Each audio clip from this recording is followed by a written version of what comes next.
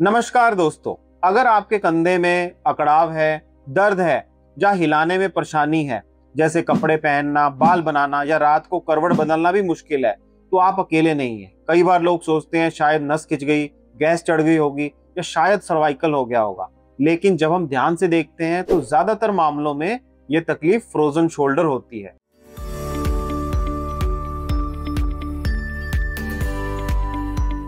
मैं हूं डॉक्टर दर्श गोयल, ऑर्थोपेडिक और जॉइंट रिप्लेसमेंट सर्जन। पिछले 18 सालों में मैंने 25,000 से ज्यादा सर्जरी की हैं और रोजाना उन मरीजों से मिलता हूं जिनका कंधा जाम हो गया है। आज मैं आपको आसान और असरदार तरीके बताऊंगा जिनसे आप अपने कंधे को घर बैठे ही ठीक कर सकते। तो चलिए बिना किसी देरी के यह इंटरेस्टिंग वीडियो को शुरू करते हैं। फ्रोजन शोल्डर तब होता है जब कंधे के जोड़ का कैप्सूल, जो कि एक झिल्ली नुमा स्ट्रक्चर है, वो हमारे पूरे कंधे को कवर करता है, वो सिकुड़ने लगता है और वो सख्त होने लगता है। इसमें कंधा जाम हो जाता है और हिलना भी मुश्किल होता है। डायबिटीज इसका सबसे बड़ा कारण है, क्योंकि इसमें छोटी छोटी नसें और टिश्यू जो होते हैं वो सख्त हो जाते हैं। थायराइड की गड़बड़ी, कंधे की चोट, सर्जरी या लंबे समय तक कंधा ना हिलाना भी इसके मुख्य कारणों में से एक है। खासकर 40 से 60 साल की उम्र में और महिलाओं में ये प्रॉब्लम ज्यादा देखी जाती है। अगर आप सोच रहे हैं कि ये आपके साथ क्यों हुआ, तो यह वीडियो आपके लिए है और आपके सभी सवालों का हम जवाब देंगे ताकि आप अपने जकड़े और अकड़े हुए कंधे से मुक्ति पा सकें। फ्रोजन शोल्डर की 3 स्टेजेस होती हैं।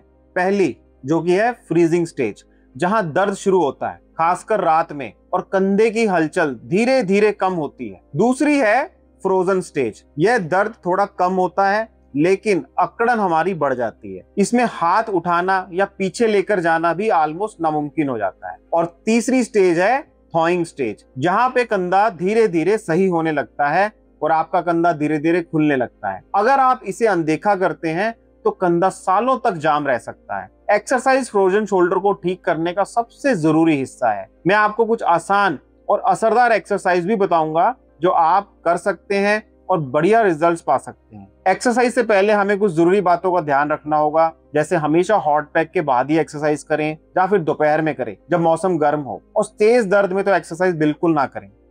हमारी सलाह यह है कि हल्के पेन किलर आप ले सकते हैं। पहली एक्सरसाइज है पेंडुलम स्विंग। किसी भी टेबल का सहारा ले लें, कंधे को ढीला छोड़ दें और हाथ को पेंडुलम की तरह झुलाएं, आगे पीछे, बाएं दाएं और गोल गोल 10-10 बार धीरे धीरे करें और आपको इससे काफी आराम मिलेगा। दूसरी एक्सरसाइज है वॉल क्लाइंब। दीवार के सामने खड़े हों, उंगलियों को दीवार पर रखकर धीरे धीरे ऊपर चढ़ाएं, जैसे स्पाइडर रेंग रहा हो, और बिना दर्द के जितना हो सके उतना करें। तीसरी एक्सरसाइज है साइड वॉल क्लाइंब। दीवार के बगल में खड़े हो, हाथ को बगल में ऊपर चढ़ाएं और कोहनी सीधी रखें, शरीर को टेढ़ा ना करें, और इससे आपका कंधे के अंदर जो लचीलापन है वो वापस आएगा।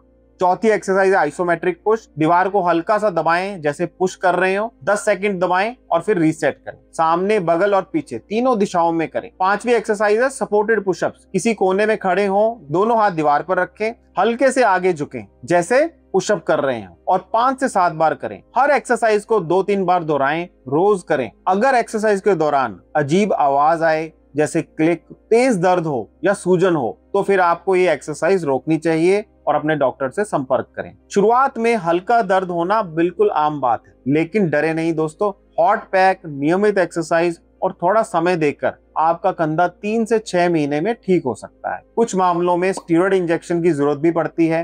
फ्रीजिंग स्टेज में इससे काफी मदद मिल सकती है, या फिर पीआरपी का इंजेक्शन, लुब्रिकेंट जेल इंजेक्शन भी यूज होता है। बहुत कम मामलों में यानी 10% से भी कम केसेस में आर्थ्रोस्कोपिक यानी दूरबीन की सर्जरी की जरूरत पड़ती है, लेकिन ज्यादातर लोग सिर्फ एक्सरसाइज और दवाओं से ही ठीक हो जाते हैं। मेरे क्लिनिक में हमें सैकड़ों मरीजों को बिना सर्जरी के ठीक होते देखा है।